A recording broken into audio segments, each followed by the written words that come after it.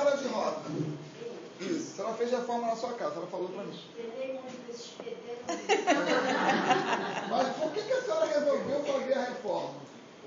Eu precisava dar um jeitinho, né? Em casa sempre tem que se mexer alguma coisa. Mas a senhora observou que existia, assim, alguma oportunidade de melhora, não é? Com certeza. Alguém faz reforma para piorar? Não, né? Então isso é uma coisa bacana para a gente pensar. Eu só falo que vou fazer uma reforma, eu estou pensando numa oportunidade de melhoria. Então, quando a gente está vivendo com um problema, eu falo da reforma íntima. Olha só, eu quero fazer mudanças em mim que me deem a oportunidade de me tornar uma pessoa melhor. Se eu estou fazendo essa reforma muito intranquilo, muito pouco sereno, muito agitado, muito nervoso, muito revoltado, eu estou fazendo a reforma íntima? Não. Não. Sim ou não? Como diz o professor meu, né? Então não. Por quê? Porque o objetivo da vida e o que Deus deseja para nós é que nós busquemos, como ela disse, eu fiz uma reforma e tive muito problema com o pedreiro. Quer dizer, parte da alegria que a reforma trouxe para ela, que seria uma oportunidade de melhorar o ambiente que ela vivia, foi meio complicada, foi meio tranquila, porque ela teve problemas com o pedreiro. Mas ninguém tem, só ela. Né? Mas o que acontece é o seguinte, que também em muitas ocasiões, só para a gente pensar um pouco, às vezes a gente assim, eu não estou muito afim de procurar, né? Vou pegar esse cara aqui mesmo, que é o meu galho. Né? Às vezes a gente não pega o primeiro que aparece. Outras vezes a gente pega aquela pessoa que nos cobra mais barato. E eu não sei se isso é bom. Quer dizer, a gente tem muito pouco às vezes, e eu digo assim, quando eu falo a gente, estou me incluindo, né? Nós temos muita dificuldade, até meio que cultura da gente mesmo. Do Brasil, então, é forte essa cultura. A gente tem muita dificuldade com uma atividade que é planejar. Né? É se preparar para fazer alguma coisa. A gente vê assim, vem na telha, a gente faz, né? E aí acaba que o planejamento, que é algo assim, primeiro eu preciso saber o que eu quero fazer, saber direitinho, para depois o como já fica um pouco mais fácil. Mas, muitas vezes, a gente não sabe nem o que quer. E aí, como a gente não sabe o que quer, a gente não sabe passar por outro o que ele vai fazer e complica muito. Então, com relação à reforma íntima, é a mesma coisa. Se a gente precisa saber, para fazer uma boa reforma, para buscar oportunidades de se tornar a pessoa mais feliz, que é esse o objetivo da reforma, a gente precisa saber o que a gente quer. Aí eu quero fazer uma pergunta para vocês de prova, que a gente faz para o universitário que está se formando. É assim, pergunta difícil, entendeu? Mas assim, qual é a pior atitude ou o pior pensamento para quem quer fazer uma reforma com relação a si mesmo? Quando eu quero fazer uma reforma, mas eu olho para mim assim, isso aqui eu vou querer atingir isso com a minha reforma íntima. O que é? Que é mais difícil? O que é mais perigoso?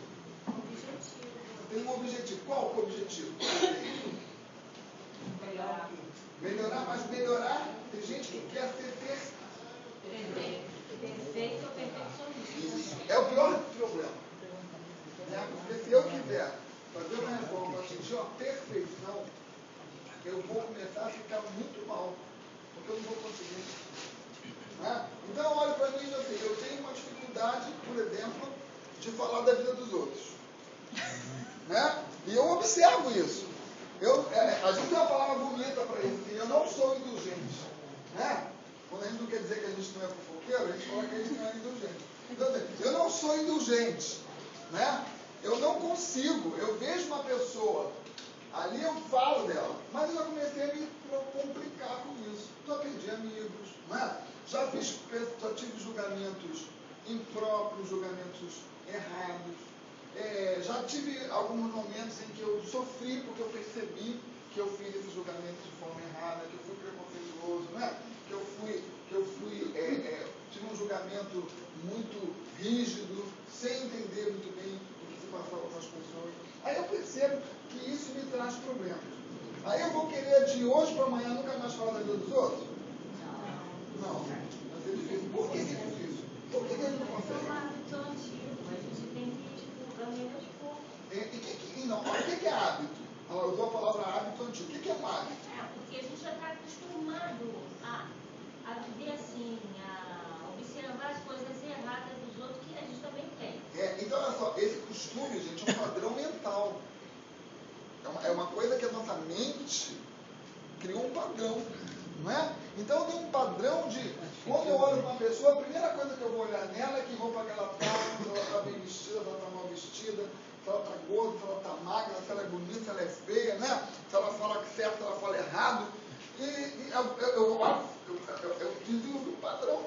E aquele padrão, se eu não mudar valor, e aí me trabalhar muito para dizer assim para mim mesmo, olha, isso aí não é importante, né? Isso aí eu tenho que valorizar outras coisas. Aí você começa a mudar isso aos poucos. Então o importante na reforma é, não posso entender que eu vou sair hoje de uma dificuldade e amanhã eu vou estar perfeito. Porque senão eu vou ficar martirizado. Vou ficar passando o meu problema que ela passou com o pedreiro na reforma da casa dela. Eu não vou dar conta daquilo. E eu vou ter que entender que que faz parte da vida, da reforma, os acertos e as mudanças de rumo, os erros e as mudanças. Por exemplo, como é o seu nome de roda? Cássia? Graça. Então a Graça, por exemplo, resolveu fazer um banheiro de um jeito. Aí na hora que está fazendo, ela olha e diz assim, não, acho que não vai ficar bom. O que você faz? Olha só, radical, hein? Ela falou que quando ela começa a fazer, ela sabe o que eu quero. Já sei, tem que ser assim. Mas se você, normalmente... Mudar é difícil, mudar depois complica lá na frente. Mas é um hábito saudável. A gente perceber ao longo do tempo, por exemplo, que você comprou um piso mais escuro, que você acha que ia ficar melhor mais claro. Então, de repente, deixa eu trocar. Porque às vezes a gente fala assim, não, agora que eu já estou aqui, eu vou continuar aqui. É mais ou menos isso que eu estou falando, trazendo para a vida, né? Já que eu escolhi esse cara, já que eu escolhi essa mulher para viver comigo, não está dando certo, mas eu vou até o final. Eu vou com ele e osso, né? Até o fim. Não tem isso? Não tem essas escolhas? Não tem pessoas que dizem assim, agora que você comeu a carne, rói o osso. E aí ela fica ali, e ele fica ali e não faz mudança. Porque, então, Dona Graça, assim, só para pensar um pouquinho em relação à mudança na vida, que é normal, salutar, e não é ruim que a gente faça um planejamento, e ao longo desse andamento, desse planejamento, dessa execução desse planejamento, a gente faça o que? Ajustes na vida. Entendendo que o importante é que a gente esteja, quando a gente fala assim, é muito legal renunciar. O que significa renunciar? Quem é que sabe? Assim, quem gostaria de passar? Abrir mão. Abrir mão. Mas abrir mão com satisfação. Não é? Se você não abrir mão com satisfação, você não está renunciando. Você está o quê? Quando a gente está ali numa situação, mas não está bem. A gente está se enganando. Né? Então a gente precisa sempre pensar que quando os espíritos superiores falam para a gente, renuncia, mas é uma renúncia consciente. Olha só, eu vou comer menos com muita satisfação porque eu vou dar um pouco para o meu filho. Né? Por exemplo, eu vou deixar, eu me lembro de mim numa ocasião, eu gosto de falar de mim porque de mim é bom falar porque eu vivi a experiência. Né? Por exemplo, eu tinha uma amiga minha que ela teve um problema muito grave de saúde. E ela precisava de fazer algumas fisioterapias. E ela não tinha recurso para fazer as fisioterapias. E eu, na época, frequentava a academia. E aí, o que eu pensei? O que eu posso, dentro do meu orçamento, tirar para, com esse dinheiro que eu estou aqui usando, passar para ela? Então, eu peguei o dinheiro da mensalidade da academia e passei para ela. Mas eu fiz aquilo com muita alegria. Por quê? Eu renunciei a alguma coisa que era legal para mim, mas que naquele momento era muito mais importante, que aquele recurso fosse para alguém que estava doente e que não tinha recurso para fazer. Então, isso aí a gente chama de renúncia de verdade, ou seja, a alegria, a satisfação foi muito grande. Por estar fazendo aquilo, por Deus ter me permitido fazer aquilo, então isso é renúncia verdadeira. Então, e a gente também precisa sempre pensar que em muitas ocasiões ocasiões a gente está numa situação em que a gente não permite que o outro que está conosco, seja filho, seja cônjuge, né, seja amigo do trabalho, seja amigo da casa espírita, também esteja tendo a oportunidade de se tornar uma pessoa mais digna. Como é que é isso? Por exemplo, às vezes a gente percebe que um filho nosso ele é muito malandro, é meio preguiçoso, né? Não gosta de trabalhar, não gosta de estudar. E o que a gente faz? Acha que a gente deve suprir todas as necessidades dele, fazer por ele. Só que a gente vai fazer. O que acontece quando a gente vai fazendo isso? A cada vez que a gente faz, lá na frente a gente fica o quê? Decepcionado. Você faz de novo, você fica decepcionado. Você faz de novo, você fica decepcionado. E nunca tem. E acha o seguinte, que ele vai perceber que a nossa atitude será um motivador para que ele se modifique. A gente fica contando que ele vai olhar o nosso exemplo e vai se modificar. O que acontece normalmente quando a gente age assim? Ele não valoriza. Porque ele não percebe. Ou ele estaciona ou ele piora. Não é? Então, o que a gente precisa fazer nesses casos em que a gente está incomodado com uma situação e quer fazer essa reforma nossa para a gente se tornar mais satisfeito? Porque a vida é para a gente viver satisfeito. A gente precisa buscar satisfação. Não é? Mesmo que seja na renúncia verdadeira, mesmo que seja com pouco recurso, né? Mesmo que seja num problema de saúde, mesmo que seja num cenário difícil, a gente precisa buscar uma satisfação. Né? E aí, nesse caso, é preciso que a gente tenha muito diálogo. Ou seja, é preciso que a gente coloque muito claro que aquela situação é uma situação temporária e que a pessoa não está cumprindo com o seu dever. Porque a gente está dando a ela um posicionamento e buscando e criar uma meta. Quem falou meta? Foi você, não foi? Usou a palavra meta? Para fazer o quê? Para pensar o seguinte, olha, daqui de hoje até tanto tempo, você precisa de uma resposta. Eu não vou sustentar essa situação. Mesmo que a gente tenha todo o dinheiro do mundo, mesmo que a gente tenha toda a vida, não dá, porque o outro precisa.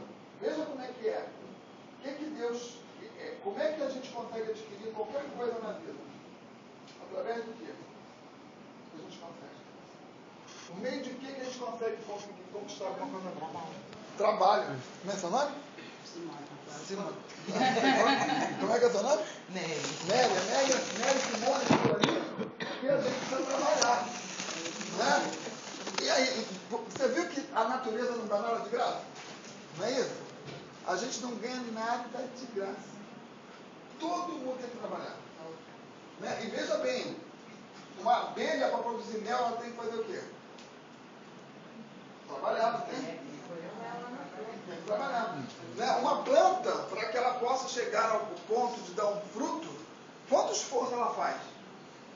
Desde a semente dela até lutar para que suas raízes, né, sejam encravadas na terra, se adapte àquele solo. Né? Depois ela tem que vencer praga, doença que tem na natureza, calor, né? Todas as situações possíveis, até que ela consiga, lutando ali, trabalhando.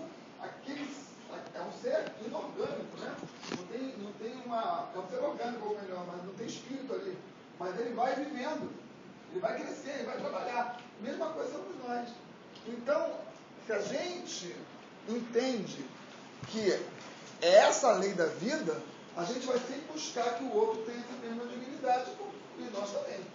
Não é possível que a pessoa, que a gente faça um trabalho de superproteção e crie para a pessoa uma dependência doentia.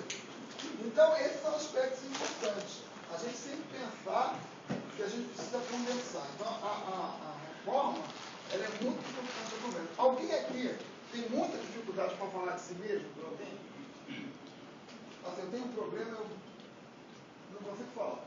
Alguém tem esse problema aqui? Todo mundo diz que tem. Né? Problema de eu tenho um problema e eu não consigo falar. Quem é que costuma falar dos seus problemas para os outros? Todo mundo. Né? Agora, Simone fala.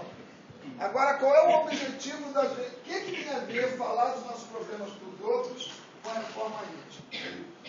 É muito bom a gente dividir, esvaziar, mas veja só, mas é preciso, é isso mesmo, mas é preciso ter um objetivo de buscar, neste contato com o outro, uma solução. Quando a gente fala, por exemplo, por que a Nelma pediu pelo Brasil aqui na Terra? Porque a gente sabe que está complicado, né? Então ela pediu pelo Brasil. Se eu ficar reclamando do Brasil,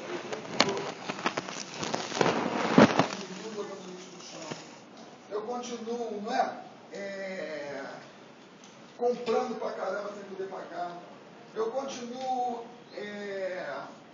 destruindo o bem público. Não é? Continuo fazendo tudo, mas estou reclamando. Isso é reclamar. Agora, quando eu chego e converso com alguém sobre mim, ou sobre o meu país, ou sobre qualquer situação, buscando no outro mecanismos de solução, a gente não está reclamando. A gente está fazendo algo saudável, que é a interação para resolver as nossas dificuldades. Por exemplo, qual é o seu nome? Carla. A Carla, por exemplo. A Carla tem uma experiência de vida que não é, ela é jovem hoje, mas ela é um espírito vivido, né? Porque tem a sua vida espiritual. Quando eu vim aqui para cá com a Marizinha, vocês conhecem a Marizinha? Quando eu vim para cá com a Marizinha, ela falou para mim o seguinte: olha, tem muitas coisas eu me sinto que eu nasci pronta. O que ela quer dizer com isso? Que ela já tem uma experiência muito grande, né, em muitas coisas. Por exemplo, se entender muito bem com as questões espirituais, não tem dificuldade para nada disso, né? Tem dificuldades pra caramba, porque ela viveu lutas, mas sempre forte na fé, né? Na certeza do amparo divino. Porque o espírito, ela não é liberada, concorda?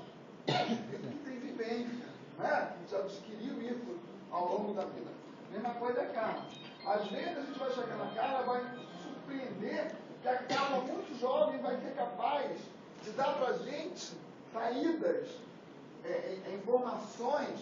Se ela for uma pessoa que tem uma cabeça mais aberta, ela vai poder encontrar tantos caminhos de solução, né, que nos levem a uma nova compreensão das coisas. Né? Essa semana eu fui a um funeral e foi muito engraçado vocês verem como é que a questão que a gente vai falar agora, a partir de agora, da psicologia positiva. A gente olha e tinha dentro do caixão, na hora que foram fechar, tem aquele véuzinho que coloca em cima do rosto da pessoa, entrou um percevejo. E o percevejo ficou ali dentro. E aí o rapaz responsável pela funerária ficava num esforço enorme para tirar o percevejo lá dentro. Mas o percevejo gostou dali. Então ele ficava ali, levantava aquele véuzinho, dava um peteleco para cada um, e ele com aquele cuidado. E eu olhando aquilo, comecei a rir. Porque eu pensei assim, caramba, aí ele conseguiu tirar o bichinho para fora e fechou o caixão. Aí eu fiquei assim, caramba, ele está preocupado, a pessoa está morta já, né? Mas aí quando eu pensei isso, ele disse, não, meu filho, não está preocupado com quem está morto, ele está preocupado com o bicho que está vivo. Né? Então, quer dizer, na verdade, é uma interpretação diferente, né? De uma mesma situação. Naquele momento, talvez ele nem tivesse, né? Ele tivesse preocupado mesmo com aquela pessoa que estava ali, que ele naquele momento nem lembrou que já estava morto, que o percevejo não ia fazer a menor diferença. Mas ele olha e salva aquele bichinho ali. Ele não tampou o bichinho, né? Ele liberou aquela pessoa. Quando a gente fala em psicologia positiva, é exatamente isso. É como é que a gente está fazendo as leituras. Aí, Carla, por exemplo, você acha que você é capaz sozinho de conseguir resolver todos os seus problemas? Por que você falou tão sério para mim assim? Até debochou de mim. Ela falou assim para mim. Pergunta, mas é isso mesmo. Por que você falou assim? A gente precisa das relações, a gente precisa da troca, a gente precisa da experiência do outro. Precisa por quê? A gente precisa dessas trocas, das relações, do aprendizado do outro, né? Do que é outro, do valor do outro, não é? Isso é tão importante por quê? Porque a gente é um espírito que tem história, não tem? E eu posso ter muito trauma, eu posso ter muita luta, muita coisa mal resolvida dentro de mim. E aí eu vou valorizar tanto uma coisa que pode me paralisar. E a partir partir do momento que eu troco com a Carla, por exemplo, essa semana, a Mara, quando a Mara troca com a Carla, a Mara, caramba, eu não tinha olhado isso por esse lado. Na hora do percevejo, eu pensei que não tinha nenhuma importância porque a pessoa estava morta. Mas a Carla percebeu que estava salvando o bichinho. Olha como é que são coisas diferentes, né? Então, por exemplo, tem pessoas que lidam com as suas questões e elas falam assim, eu preciso, para eu começar a minha reforma, a me conhecer. É importante. Mas como é que eu vou me conhecer sozinho? Eu posso me conhecer sozinho? Eu não posso, porque se eu vou fazer um mergulho dentro de mim mesmo, cheio de trauma, não é? Cheio de questões, às vezes de preconceito, de insatisfação, eu não vou me olhar de verdade. Porque eu não vou conseguir me ver, eu vou levar um padrão de pensamento que eu vou ficar, eu vou fazer esse trabalho, eu vou tentar me conhecer, eu vou tentar saber quais são as minhas intenções. Gente, tem pessoas que vivem assim.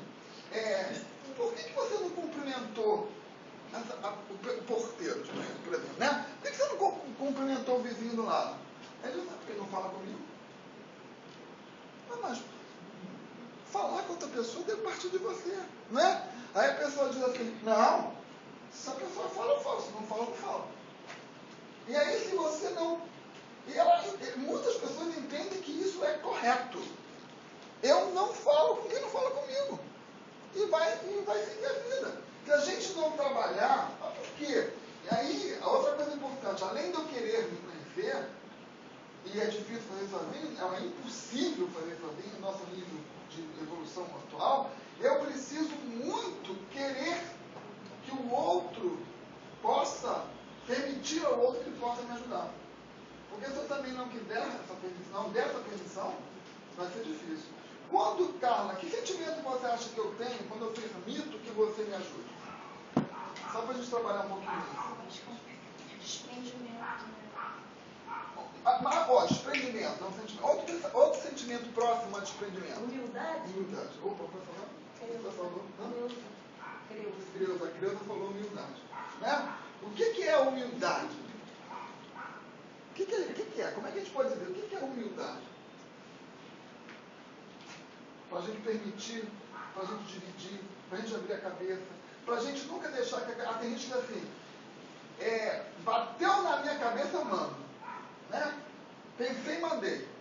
Isso é bom para o espírito superior, para a gente não.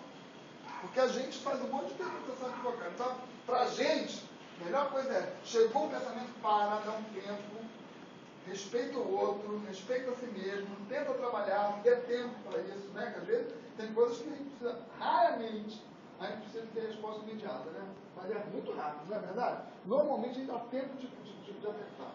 E aí a gente começar a pensar realmente o que será, o erro que a gente incorreto, será que foi, por que chegou a essa situação?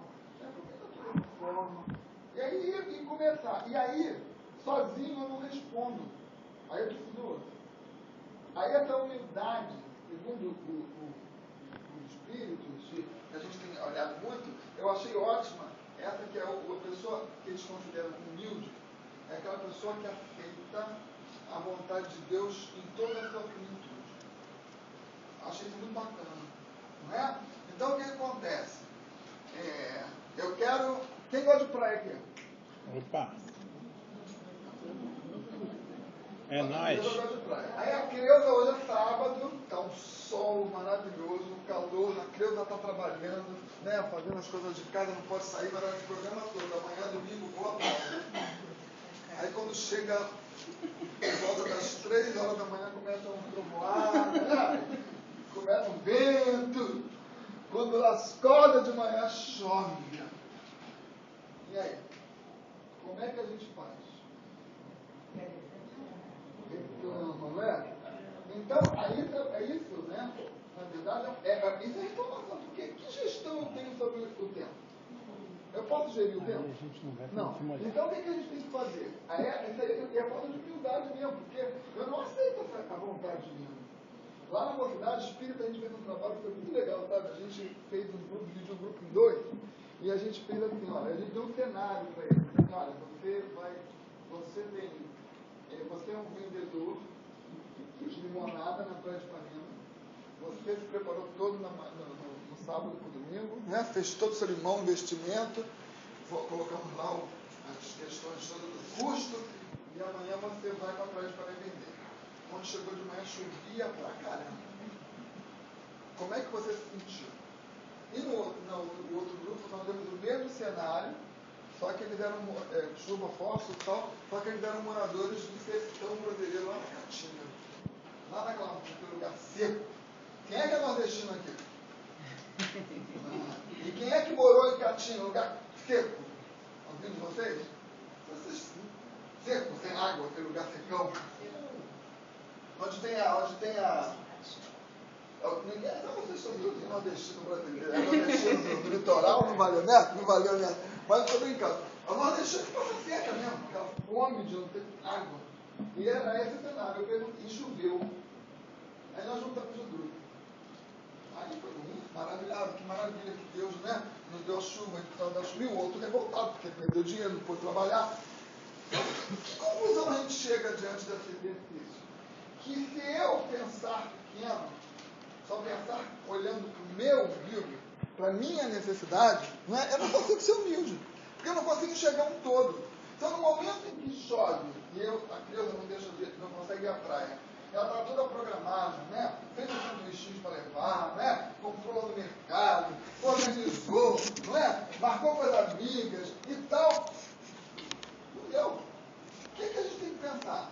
Sair do nosso mundinho íntimo, exclusivo, e pensar, por que a vontade de Deus, que é justo, que é soberano, né, trouxe esse contexto, né, trabalho no hospital?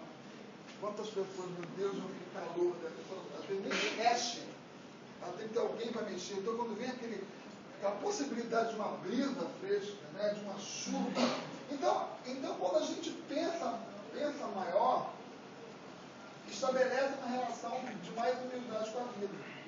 Então, na hora que a gente falou aqui com a Carla, na hora que eu permito que a Carla me ajude, é uma permissão mesmo, é abrir o coração. A Carla, a outra coisa, eu tenho que buscar em quem eu vou buscar essa ajuda 100% de acerto? Não, né? A Carla pode me aconselhar errado. Pode me aconselhar, mas eu preciso ponderar. Mas eu não posso, depois dizer, puxa vida, eu fiz uma bobagem que a Carla mandou. Opa! Não é isso. Nós estamos fazendo o quê? Uma troca, né? Um aconselhamento. Mas a decisão será sempre de quem? Nossa. É igual à espiritualidade. Nosso anjo de guarda nos orienta. Tem uma história na revista Espírita de um rapaz que vai assaltar.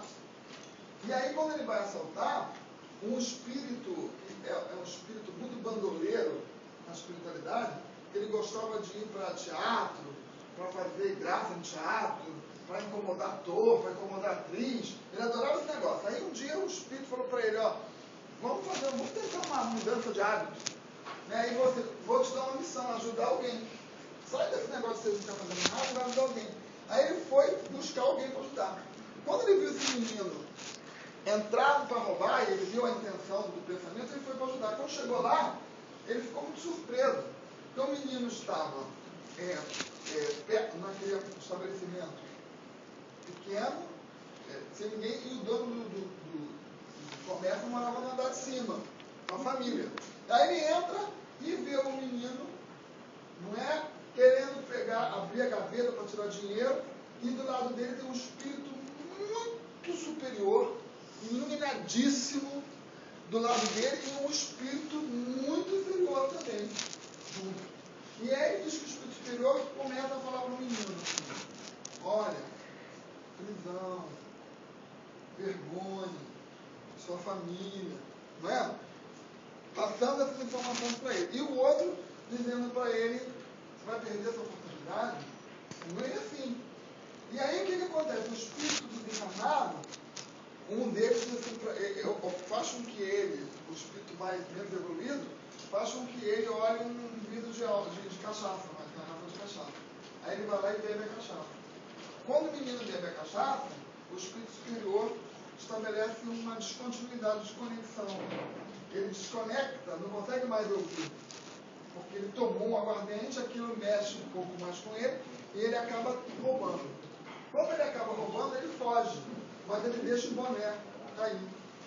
E aí a parte do boné ele é capturado mais tarde. E esse espírito, que tinha a missão de ajudar o menino, fica muito revoltado, porque ele não consegue ser ouvido por ninguém. Ele não consegue ser ouvido por menino. Ele não consegue, ele sobe para o andar de cima para tentar acordar a família, para tentar ir lá, para evitar que o menino roubasse. Ele tenta tudo, ninguém escuta. E ele fica muito chateado que o dono do bar, quando captura o garoto, ele diz que ele é muito esperto. Como ele era inteligente, ele foi ajudado o tempo todo por esse espírito. Então, mais ou menos o que acontece com a gente. Mas ele tem uma coisa importante que ele tira, é que, como é difícil ajudar? Por quê? Porque a gente o quê? Se fecha. A gente não abre. E esse exercício de abrir a cabeça que a gente está fazendo aqui hoje, é exatamente esse da gente se permitir. Agora, ele só fez porque quis. Ninguém o obrigou a fazer nada. Tudo que a gente faz é o que a gente quer fazer. O que a gente ainda precisa, né? Desde o momento que a gente estabelece aquela relação. E a vida é assim. Você vê que Deus abandona alguém? Às vezes a gente fala assim, vai ficar no inferno, vai ficar abandonado. Isso não existe. Nós vamos acertar e vamos errar dentro de uma possibilidade que a vida nos trará e vamos sempre aprender com o erro e com o acerto. Na verdade, tudo é uma experiência para o nosso crescimento espiritual. Tudo. E a gente vai aprendendo. Então hoje, e aí por que a gente sofre quando a gente erra? Qual é o objetivo de sofrer quando a gente erra? De não ficar bem quando a gente erra. Por qual é o objetivo, né? Ela falou assim, se sentir culpado. É o aprendizado. O aprendizado pela dor, sabendo que aquilo que a gente sofre é porque alguma coisa aconteceu de errado. Ela está falando uma coisa, ele está dizendo assim, é um aprendizado. Mas quando é que um sofrimento, dependente de uma atitude equivocada, se torna um aprendizado? Em que momento? Não aceita. Enquanto a É gente... difícil para aceitar. Então, mas assim, fazendo a pergunta que eu fiz, quando é, que ele falou, isso é um aprendizado, mas quando é que a gente se engana e começa a sofrer e esse sofrimento passa a ser um aprendizado? A partir do momento que... A partir do momento que... do arrependimento, a você partir vai. do momento que a gente já tem uma responsabilidade. Exatamente. Né? E aí eu estou falando da responsabilidade, Eduardo, estou falando da responsabilidade aqui para o Eduardo, só para a gente tirar um pouquinho dessa palavra culpa. Porque essa palavra culpa, ela tem uma característica de um sofrimento eterno. De sofrimento eterno, de algo não positivo, sabe? Então, a partir do momento que... E aí não existe isso. Por exemplo, quando nós sofremos por um equívoco que a gente tome, a gente sofre para desgostar daquele comportamento. Na verdade, olha, isso está te trazendo desconforto para que você pense. Você já pensou, tem gente que diz assim, ela é até uma corrente científica, que tem pessoas que dizem assim, por que a gente não tem um remedinho contra a tristeza? Já ouviu falar nisso? Aí o que a gente fala assim, eu fiz um mal para alguém, estou chateado, estou com remédio ficou bom. O que aconteceria com a vida? Aí que a gente fala, Não tem sentido. Que aprendizado a gente teria? Não é? Você toma um remédio e não sente nada, porque muda a química, né? que se torna melhorada por um medicamento, e aí você fica, não tem mais problema, eu não ligo mais se eu filho ela sofrer, eu não ligo mais se me fizer sofrer. O que vai virar? Virar robô. Não tem aprendizado. É isso? Por isso, graças a Deus, que a vida é ótima, né? Que o medicamento sempre traz um efeito colateral, né? Então não dá, porque ninguém quer. E mesmo assim, essas emoções são importantes. E existe uma coisa, quem já ouviu falar em depressão aqui? Sinceramente, nunca. Então, o que é depressão? Quando a gente fala assim, às vezes a gente fala assim, eu estou depressivo. Eu fico olhando, caramba, essa palavra é meio forte. O que é depressão? Depressão, ela é uma autocrítica, onde você não está satisfeito com nem que você vive e nem com você mesmo. Mas normalmente, Eduardo, sem uma causa. Às Sabe? vezes sem causa, às vezes até alguma coisa, uma revolta, guerra. É uma coisa assim, agora, por exemplo, se eu estou triste porque, por exemplo, poxa, roubaram meu carro. Eu estou triste. Tenho direito de estar triste? Sim. Daí trabalhei, meu carro me ajudava, tal. Levava o carro. Agora, não é uma depressão. Você está depressivo? Não, estou triste. Porque aconteceu um fato que me trouxe um prejuízo. Agora, eu vou ficar o tempo todo nessa tristeza? Porque me roubaram o carro? Aí já começa a complicar. Eu não reajo. Trabalhar, vai buscar, Vai trabalhar. Por exemplo, vai ter um jeito, vamos adaptar, vamos mudar a bicicleta do Itaú, né? Vamos fazer qualquer negócio. Então a gente vai começando a buscar uma solução. Então, muitas vezes, puxa, eu encontrei um senhorzinho de uma reunião espírita, ele veio me buscar. A idade muito avançada, ela traz assim, muitas distorções de realidade. É um fato, o nosso cérebro fica mais cansado, né? A pessoa fica com mais dificuldades. Porque tudo na gente é energia. Né? Então, conforme a gente vai estabelecendo uma relação de uma maior idade física, do corpo físico, a gente vai realmente, as coisas vão funcionar. Sabe aquele filho da casa da gente que já está lá há mais de 100 anos e a gente vê que não funciona mais, tem que trocar tudo, né? Porque não dá mais condição? É a mesma coisa no nosso corpo. Então ele virou para mim e começou a chorar muito, falando de uma relação muito difícil que ele tinha com a filha. Que a filha o maltratava muito. Gente, eu o conheci naquele momento. Primeira coisa que a gente tem que estabelecer: isso é verdade ou é mentira? Eu não sei. Eu estou ouvindo alguém, não estou escutando a menina, né? Não sei. O que a gente tem que fazer naquela hora? É tentar estabelecer com ele uma relação boa com ele, independente dela. Que ele consiga ver a bondade divina, a justiça divina, amor, tentar ver se ele consegue. Mas a gente não sabe nem se aquilo ali é um fato, na realidade. Agora, ele estava tão triste, está chorando o tempo todo. O que acontece com aquela situação? A gente não sabe o que ele fez quando mais jovem, que tipo de atitude ele teve com aquela filha, né? A gente não sabe nada. Está ali no atendimento. Então a gente vai ter que sempre pensar o que está me causando esse descontentamento com a vida que o Eduardo falou. E tem um motivo? Claro. Então eu preciso fazer o quê? Na hora que eu identifico o motivo, arrumar uma solução. Aí volta de novo, Eduardo, eu consigo sozinho dar solução a todos os problemas da minha vida? Não. Tem que compartilhar. Tem que compartilhar. Então, a reforma íntima precisa de ser compartilhada. Quem pensa que vai chegar ao equilíbrio sozinho, no sentido de ter todas as ferramentas para fazer isso, não vai conseguir chegar. Vai se tornar muito mais penoso. E a reforma não tem esse comprometimento com o sofrimento desnecessário. Ela quer que a gente tenha, fazendo essa reforma, muito tranquilamente. Por exemplo, eu tinha um professor de matemática que ele tinha uma mulher cega e uma filha cega. E ele, muito jovem, muito bonito, muito disposto, muito alegre, muito inteligente. Ele ia para a faculdade, eu reparava, que todas as vezes que ele chegava para dar aula, ele ia com uma camisa do espiritismo. Né?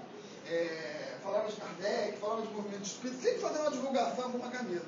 E um dia ele estava dando aula e ele virou-se para mim, ele estava ensinando um negócio de seno e cosseno, um negócio de matemática. Aí eu virei para ele e disse assim: professor, isso é tão complicado. Ele virou-se para mim, virou para o meio da sala e disse assim: isso é complicado? Isso é fácil demais, sério. Complicado é dirigir um carro em alta velocidade, coisa que eu nunca consigo fazer. Eu sempre estou querendo voar com o meu carro. É um desespero. Aí eu falei: ué, o que tem a ver um negócio, né? Perguntei um negócio e respondeu outro. Mas aquilo era uma agonia. Aí ele parou e começou. Eu falei assim: não entendi. Não, vamos. Ele parou da aula. Vamos começar. Ele disse que quando ele senta no volante, ele disse que vira um bicho. Ele não consegue ter uma relação saudável com a velocidade. Olha que coisa engraçada. Mas consegue lidar com uma mulher cega, com uma filha cega, né? Dar aula de matemática. Então, uma pessoa que divulga o bem, a doutrina espírita, alegre, jovial. Mas a gente viu a agonia. Que às vezes ele está ali dando aula, daqui a pouco ele vai pegar o carro. Né? Ele sabe que aquilo é um desafio que o leva a um risco muito grande. O que ele precisa fazer? Né? Tentar entender o que me leva a isso. Tem um mecanismo aí que ele talvez tenha que ter uma ajuda profissional para conseguir isso. Tem que ter, pode ter uma ajuda na casa espírita. E às vezes, gente, ele só vai conseguir ter uma relação melhor com isso se for um acidente. Sabe? Porque às vezes é assim, né? Por mais que a gente tente, a vida tem que trazer um mecanismo. Eu acho que na realidade ele correndo no carro é uma forma de fuga dessa situação que ele passa. Pode ser. Então ele correndo, ele acha que ele está fugindo da situação que ele está passando. Pode Uma ser. fuga, né? É o mental dele que coloca isso, se eu correr, eu vou estar fugindo. Então, você se lembra de uma música que você vai lembrar, porque é do nosso tempo, né? Eu prefiro as curvas da Estrada de Santos, né? Onde eu posso esquecer. Né? Então ele dizia, né? Eu passo, o Roberto Carlos compõe dizendo, eu estou passando a marcha, né? Não consigo parar. Ele fala assim, você pode até pensar que eu não gosto nem mesmo de mim. Não, né? e tem outra que ele fala claramente, aquela 100, 110, 120 por hora, ele fala, estou fugindo de mim mesmo. Isso, né? Então é uma situação. Então se eu estou precisando fugir, olha, veja bem, se eu estou precisando fugir, porque tem como é que é o nome? Laurice, né? Ela falou, lembra quando nós começamos a falar da renúncia? Se eu estou precisando fugir de mim mesmo, eu tenho que entender alguma coisa, eu não estou bem ali. E o objetivo é que a gente esteja bem. Isso é uma coisa difícil, mas não é impossível. Difícil se a gente estiver sozinho. Querer fazer tudo sozinho. Todas as vezes que eu quis ser autônomo, eu me dei mal direto. Mas todas as nessa eu não caio. Nossa, tropecei logo ali na frente. Não tem jeito. Nós nos iludimos com a nossa capacidade quando a gente faz uma avaliação. É muito pessoal. Vou contar isso para vocês. Eu entrei num trem. Quem já andou de trem aqui? Frequentemente. Né? Então, eu entrei num trem no dia que teve festa da FM, um dia na Quinta da Boa Vista. Aí eu entrei no trem para fazer alguma coisa. Eu me lembro que entrei. Gente, quando eu entrei no trem, um grupo fez arrastão pela vaga. E aí eu comecei a ver uma coisa, eu fiquei tão agitado com tudo aquilo, ninguém me tirou nada. Só que qual foi o clímax da minha indignação? Quando uma moça vendendo picolé entrou no vagão e eles roubaram todos os picolés. Aquilo para mim foi assim, uma situação muito grande. E eles saíam do trem, quando paravam nas estações, eles saíam do trem e agarravam as moças que estavam esperando o trem lá fora.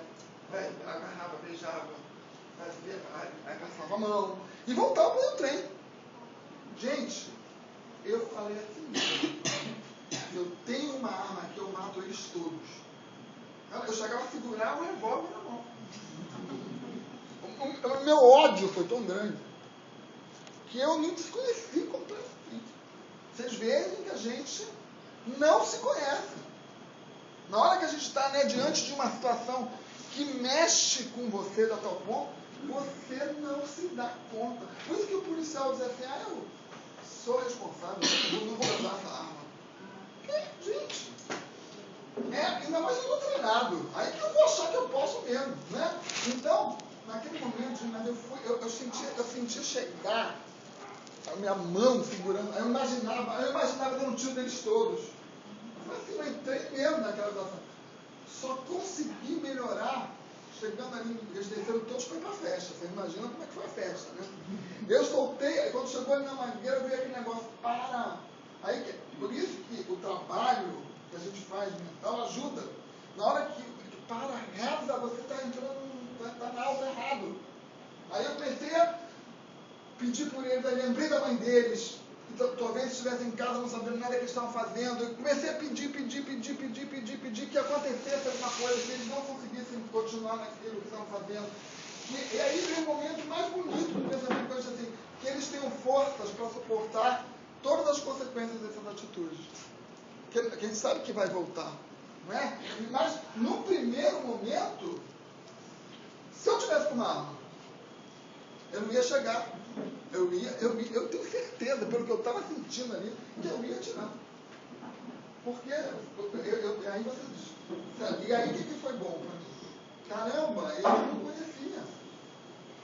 Eu achava que eu era um manso, né?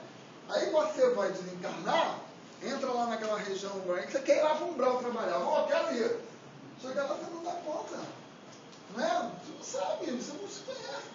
Então, o que é bom falar? Dividir. Aí você vê, quando eu falo para vocês isso aqui, eu ainda sinto em mim tudo que eu senti naquela hora.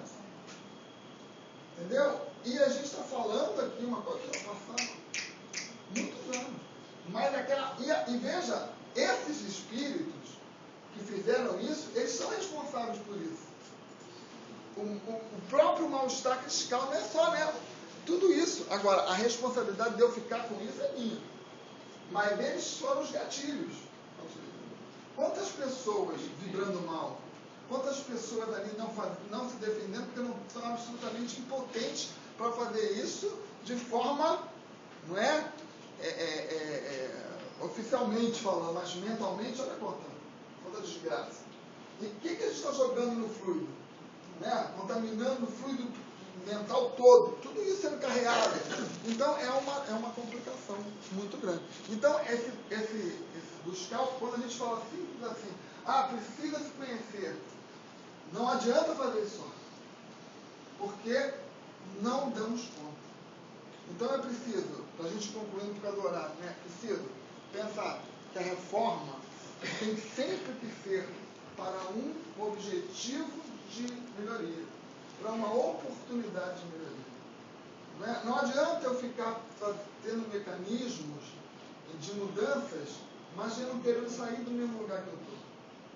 Eu fico ali. Fico ali. Eu tive uma amiga que morou 40 anos numa casa dos fundos da casa da sogra. E ela teve problemas com a sogra desde o momento que foi morar lá. O pai dela disse para ela uma vez: minha filha, sai daí, vem morar aqui, estou te dando essa casa para você morar. Ela disse: eu não saio daqui, ela vai ter que me aturar até morrer.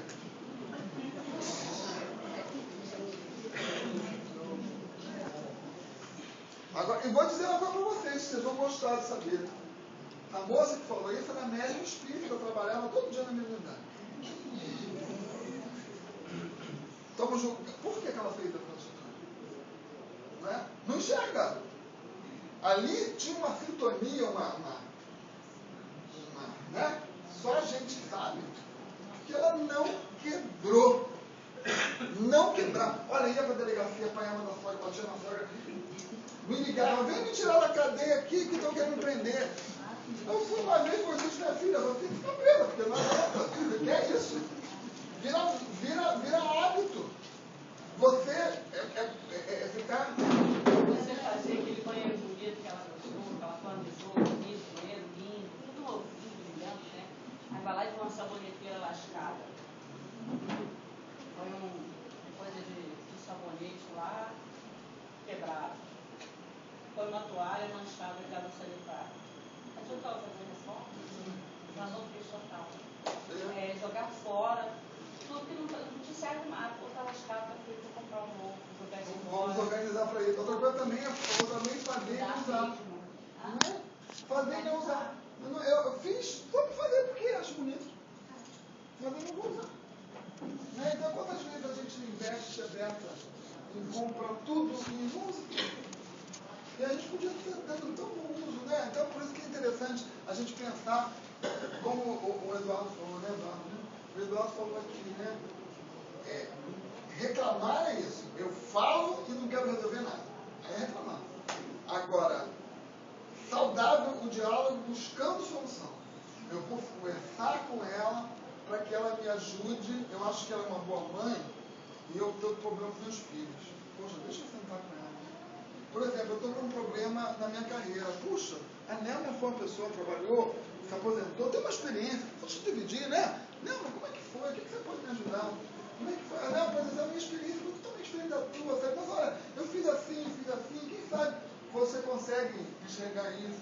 Né? Outras vezes a gente tem dificuldades no relacionamento. Tem pessoas que estão melhores, a gente percebe.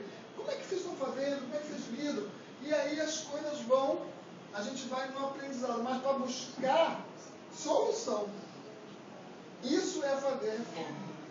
E entender o nosso tamanho. Qual é o meu tamanho? Não é dimensionar demais, como eu falei. Eu jamais, diante de um espírito trevoso, eu vou ser sempre amoroso. Isso é o que a gente pensa, né? Mas na hora que a gente vê o negócio pegando fogo lá, a gente quer matar. Foi o que aconteceu comigo. Então a gente não entender que sozinho a gente não dá conta das coisas. A gente precisa estar sempre e viver. Quem é que pode fazer reforma íntima se afastando da vida? Eu não lido bem com a minha nora, não falo mais com ela. É complicado, não é? A gente tem que manter um relacionamento equilibrado para ir aprendendo a lidar. Entendendo que ela não tem que ser como eu quero, eu não tenho que ser como ela quer, né? Tem que ir sempre lidando. Eu agora já estou com nora. Então a minha esposa é muito mais direta do que eu sou mais recatado. Penso e não falo. Né? Mas dela não. Então ontem houve um problema lá com meu filho e a nora entrou no carro, ela virou para si e falou assim, meu filho falou uma coisa, ela deu uma resposta mais difícil para o meu filho, ela virou para ele e disse, não te falei que ela era assim? Você não está enganado. Aí parte para cima dela, que eu fico quietinho, tremendo, mas isso não vai dar certo. Mas ela está ali e as coisas vão acontecendo. Entendeu? Mas assim, lidar. Depois a Rosana chegou lá em casa, ela chamou ela, abraçou, tal, ficou tudo bem. Mas é assim, é a vida. Né? Então a gente precisa muito saber, não me afastar. Porque caramba, se é a mulher que meu filho quer casar, não é? É uma pessoa que eu preciso estar mantendo um relacionamento. A senhora também, naquele momento, ele não precisava também dessa chamada de atenção? Sim, eu acho que sim. A mãe, lógico que a mãe vai sempre buscar proteger seus filhos. Né? Mas muitas vezes nossos filhos estão errados, a gente toma partido deles, mas eles precisam levar aquele puxão de orelha de outra pessoa. Tanto que ele ligou muito irritado, ela disse, Júlio, por que você está irritado? Reza, meu filho. Você está partindo para o caminho errado. Né? E aí, 1h da manhã a gente sai para buscar, né, faz o que a gente pode para poder aliviar um pouco a situação da angústia, porque ela sumiu no mundo, né? Então ele ficou meio agitado, mas foi um problema de comunicação. Ela disse um negócio para ele anotou outro, e aí quando você vê, comunicação é um problema, mas acho que é o maior de todos. Porque a gente tem muito problema com que a gente se comunica muito mal. Primeiro que a gente não sabe ouvir, e outro que não sabe falar. Né? Então a gente acha que o outro vai entender, tá? Aí tem muita preguiça. Só reparar que se você tiver que responder uma vez, repetir uma vez, tudo bem. 2 também, terceira, já cansei. Não dá mais, né? Raramente você vê uma pessoa falar 3 vezes sem estar desgastado. Então, e outra coisa também é o que eu quero ouvir. Às vezes eu estou lá, não ouvi nada, também digo, desculpa, não ouvi. Você pode repetir? Mas não vou falar nada que ela vai ficar chata comigo. Vou fingir que escutei, né? Aí dá tudo errado. Tudo isso é falta de humildade, sabia? Tudo isso é falta de humildade. A gente dá conta do quanto a gente é pouco humilde. Né? Porque se a gente chegar e falar, desculpa, eu não ouvi o que você está dizendo. Estava pensando outra coisa, pode repetir? E a pessoa aí repete, tom de bom gosto, Tem pessoas que estão assim, né? Você pode repetir, não, muito obrigado. Mas eu fiz a minha parte, né? Me posicionei. Então, gente, é um exercício legal. Sabe o que é bom disso? Que dá gosto de viver. Né? Uma pessoa que a gente tiver tudo certinho, tem um santíssimo, né? Então a gente tem uma vida, uma conquista todo dia, uma busca todo dia, uma alegria todo dia. A doutrina espírita, está falando com a Marizinha aqui, né? Quando a gente veio para cá também, e a gente vê como a doutrina espírita ajuda a gente a ser mais saudável, né? A gente ser mais lidar bem com os conflitos, arrumar a cabeça da gente, e ajeitando tudo, buscando uma solução pacífica, buscando uma aceitação de si mesmo, buscando trazer uma paz íntima. Isso é saúde. Né? A doutrina espírita dá isso para a gente. Por exemplo, a posição da Nelma diante dos problemas, né? Solicitando-nos a prece, a vibração positiva, não é? Não deixar que a gente mergulhe tem muita gente depressiva, por causa da situação do Brasil, sofrendo e achando que vai dar tudo errado, né? Sem fé, sem esperança. E quando a gente vê que em algum momento isso aconteceu, fica complicado, mas depois resolve. Né? Depois resolve. Agora, é pensar assim, o que eu posso individualmente fazer, né? Melhorar isso. Aí cada um fazer a sua parte, daqui a pouco está tudo melhor. Então que Deus nos abençoe, nos proteja e que a gente possa estar sempre com essa alegria de buscar a certeza de que a gente tem solução.